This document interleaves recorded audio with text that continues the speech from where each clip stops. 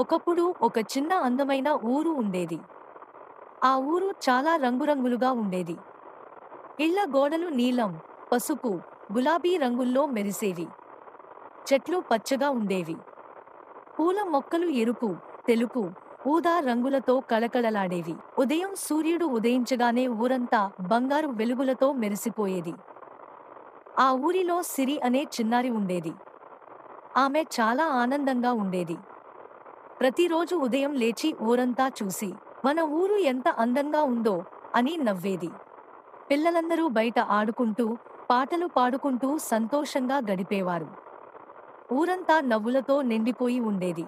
కాని ఒకరోజు విచిత్రమైన విషయం జరిగింది. సిరి బయటికి వచ్చి చూసింది. పూల రంగులు కొంచెం మసకబారిపోయాయి. ఇళ్ల గోడల రంగులు కూడా వెలిసిపోయాయి. చెట్ల ఆకులు కూడా పచ్చదనం కోల్పోయాయి. సిరి ఆశ్చర్యపోయింది. అమ్మా, మన ఊరికి ఏమైంది? రంగులు ఎందుకు పోతున్నాయి అని అడిగింది. అమ్మ కూడా ఆశ్చర్యంగా చుట్టూ చూసి, నాకు కూడా తెలియదు బిడ్డా. ఇంతకు ముందు ఇలా ఎప్పుడూ జరగలేదు అంది. కొన్ని రోజులు గడిచేసరికి ఊరు ఇంకా మసకబారిపోయింది. పిల్లలు కూడా బాధపడసాగారు. ఒకరోజు ఊరిలోని పిల్లలందరూ ఒకచోట చేరారు. మన ఊరు ఇలా ఉండకూడదు. మళ్ళీ రంగులు తీసుకురావాలి. ఏదైనా చేయాలి అని మాట్లాడుకున్నారు. అప్పుడు ఒక బాబు అన్నాడు, మనమంతా కలిసి రంగుల కోసం వెతుకుదాం. అందరూ వెంటనే ఒప్పుకున్నారు.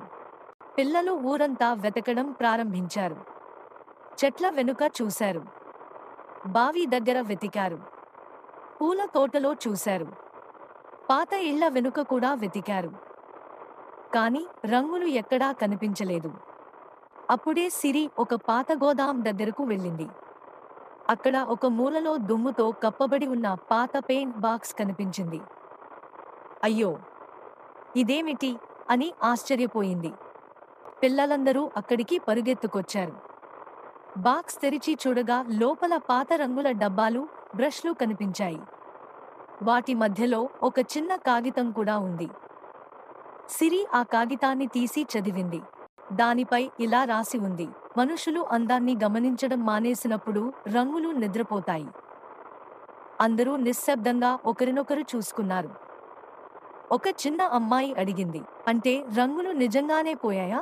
అప్పుడు ఒక పెద్దబ్బాయి ఆలోచించి అన్నాడు, కాదు, రంగులు ఎప్పుడూ పోవు. మనం చుట్టూ ఉన్న అందాలను గమనించడం మానేస్తే ప్రపంచం మసకబారినట్టుగా అనిపిస్తుంది. సిరి వెంటనే నవ్వుతూ, అయితే మనమే రంగులు మళ్ళీ తీసుకువస్తాం అంది.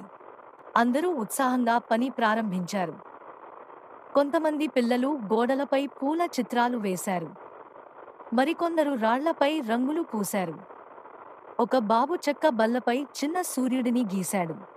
సిరి ఒక పెద్ద గోడపై ఎరుపు, గులాబీ, ఊదా రంగులతో ఒక అందమైన పెద్ద పువ్వు వేసింది. పిల్లలు అంత ఆనందంగా పనిచేస్తుండటం చూసి పెద్దలు కూడా వచ్చారు. కొద్దిసేపటికి అద్భుతం జరిగింది. పూలు మళ్లీ రంగులతో కళకళలాడాయి. చెట్ల ఆకులు పచ్చగా మెరిశాయి. ఇళ్ల గోడలు తిరిగి అందంగా కనిపించాయి. ఆకాశం కూడా మరింత నీలంగా మారింది.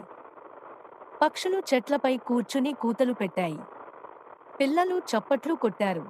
సిరి ఆనందంగా అంది, రంగులు తిరిగి వచ్చేశాయి. అప్పుడు అందరికీ అసలు విషయం అర్థమైంది.